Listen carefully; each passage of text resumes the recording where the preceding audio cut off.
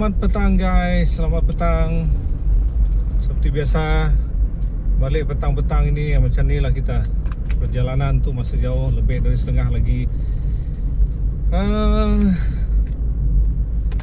Semalam menggunakan DJI 360 X5, model yang terkini dari DJI Insta360 ya. Sorry, Insta360, model yang terkini EX5. EX5 pula. X5. Aduh, EX5 itu motosikal Honda dulu. Aduh hai. Tak apa, ini mata ni udah ngelintat kurang nah. Baik. My first impression on using that 360 camera. Nombor satu, terpaksa juga saya campur-campur ni bahasan ya, sebab yang tengok ni pun mungkin bukan orang lokal saja. Nombor satu, panas. Dia bukan warm saja tau. I consider it's quite hot. When I edit the file using a handphone, sistem dia macam ni. The working style of using 360 camera is the storage is inside the camera 360, but the editing is using our handphone. And I've never tried using PC yet. So meaning that I'm doing the editing using my handphone, blah blah blah blah, until about 9 to 10 minutes. Itu semalam lah ya.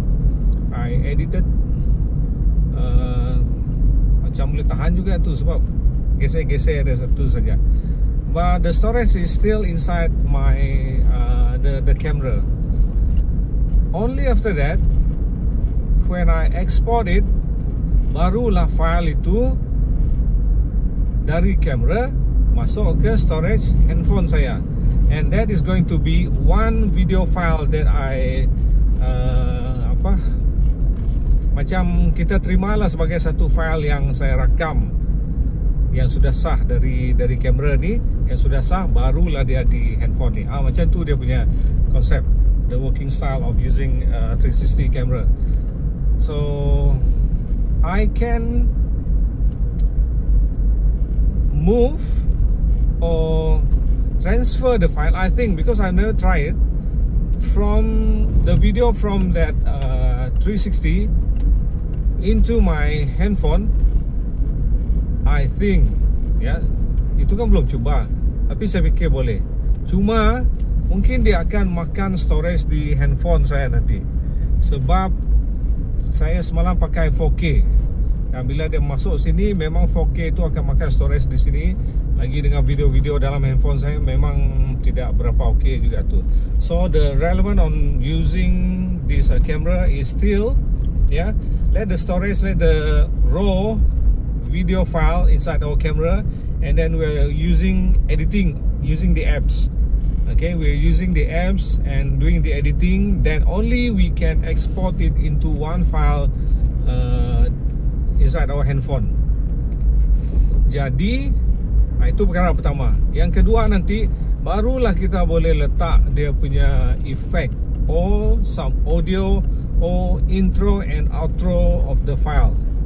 Okay. Number 3, then only we can transfer the file or upload it to YouTube or other medsos. So macam tu dia punya konsep guys. Storage di kamera, editing di handphone, lepas tu upload. Macam tu dia. So we can use that camera. Ini bagi korang yang langsung mungkin tak biasa ataupun tak tahu macam mana lah ya tentang penggunaan kamera ni. Sebab walaupun saya selalu tengok di di YouTube, tetapi itu juga ada sedikit kemuskilan. Tidak sebab saya belum pernah ada yang ada juga yang go to dulu, tapi itu jarang-jarang pakai, lupa-lupa pula. So basically dia macam tu lah geng that's how we use that camera or Cam 5 or S Pro 2 Jadi antara kamera yang sekarang ini yang dahsyat macam tu jugalah, termasuk dengan Osmo 3 pun boleh. Dia masing-masing ikut minat, suka, duit dan fungsi masing-masing. Sebab ada juga yang suka yang Osmo Pocket 3 tu tahu, yang ada flip macam ni, terus rakam 16:9 dia punya size, and then dia boleh flip the camera. It can be turned into 180 degree. Contohnya with a simple button, press on button, it will show or you take your selfie. Yeah, depends lah, because I bought it once. Yang itu apa ni?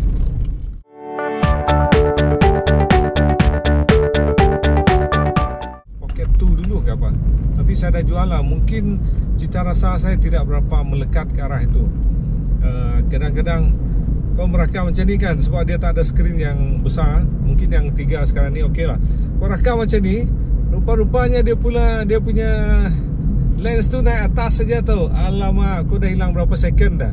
Walhal gimbal tu ataupun kamera dengan gimbal tu, yang pocket tu, dia menghalang ke depan. Rupa-rupanya lens dia tu tembak ke atas pula. Tapi dengan yang model yang ketiga ni, yang baru ni, saya tengok lebih mudah untuk kita tengok objek tu masih ada dalam kita punya screen square tu ataupun tidak. So itu satu macam cabaran guna dia. Kemudian oleh kerana kita cenderung pegang dia, tidak menggunakan gimbal, so bila tangan saya macam ni tau, kalau kita tidak lekatkan siku kita di badan kita, kita akan cenderung begini. So kalau kita jalan naik tangga contohnya, memang dia cenderung begini, jatuh tangan macam ni.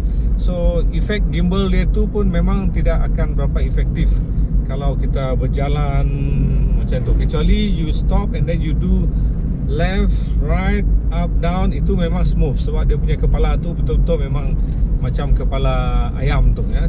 Dia tidak bergerak. So di situ ada pro and contra. Berbeza dengan kamera yang ada dengan handphone, kadang-kadang kita pegang benda ni, kita cenderung dua tangan, dan juga cenderung kita lekatkan siku kita di badan kita. Jadi pergerakan yang drastik tu tidaklah begitu ketara. Jadi dia akan memberi paparan yang tidak banyak bergerak sangatlah ya. Ke tempat lain pula cerita kita hari ni. Okay, so saya pakai ni semalam when doing the editing. Dia kena connect kepada Wi-Fi dia. Maknanya handphone dengan kamera ni kena connect. Jadi kalau saya nak connect kepada internet saya, tak dapat. So maknanya lepas editing, barulah kita tukar dia punya Wi-Fi tu ke Wi-Fi rumah untuk upload, baru dia. Kalau tidak tu memang tak dapat nama internet tu.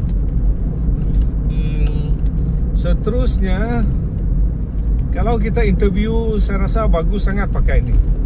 Kenapa? Sebab kita tak perlu nak pusing-pusing ini pergi kepada speaker kita, kepada penceramah kita ataupun kepada audiens. Kita letak saja di situ.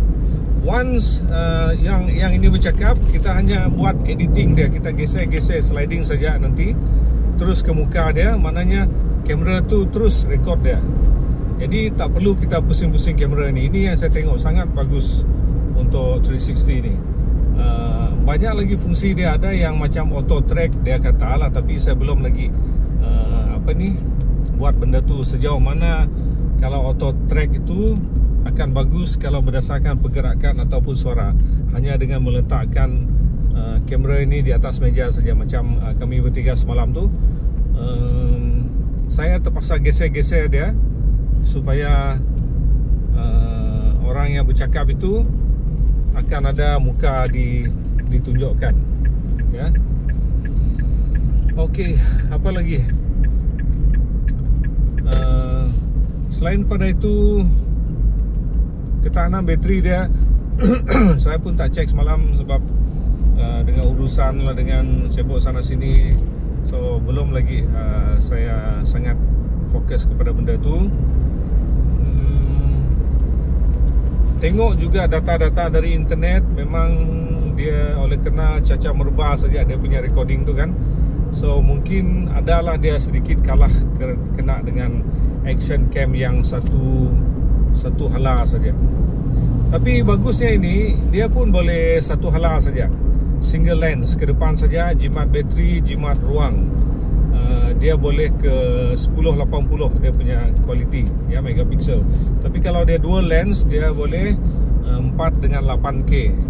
Dan saya fikir kalau shooting dengan 8K ini saya rasa okey. Cuma nanti bila kita nak export dia tu, kita akan pilih size file yang lebih kecil supaya tidak terlalu besar size dia. Render dia pun cepat. Tapi kalau memang kita dah otai dalam dunia YouTube, saya rasa boleh saja main 4K tu, sebab orang mungkin tengok kita bukan dari handphone saja, tapi kebanyakannya ada yang pakai TV bersaiz besar. Sebab kalau tengok daripada analytic view saya, kebanyakan I think it's about around 90 plus views are from handphones. Yang TV saya rasa I think below 2% kalau saya tak silap lah. So maknanya kita ini cenderung sangat menonton YouTube di handphone kita. Jadi agak-agaknya niche yang kita memang selalu tengok sekejap-sekejap. Sebab kalau tengok di TV itu, saya rasa memang tengok yang Vietnam punya, pergi masuk hutan, buat rumah, itulah ya, itu betul-betul duduk santai itu. Jadi kalau yang di handphone ni, saya rasa kita tak akan tengok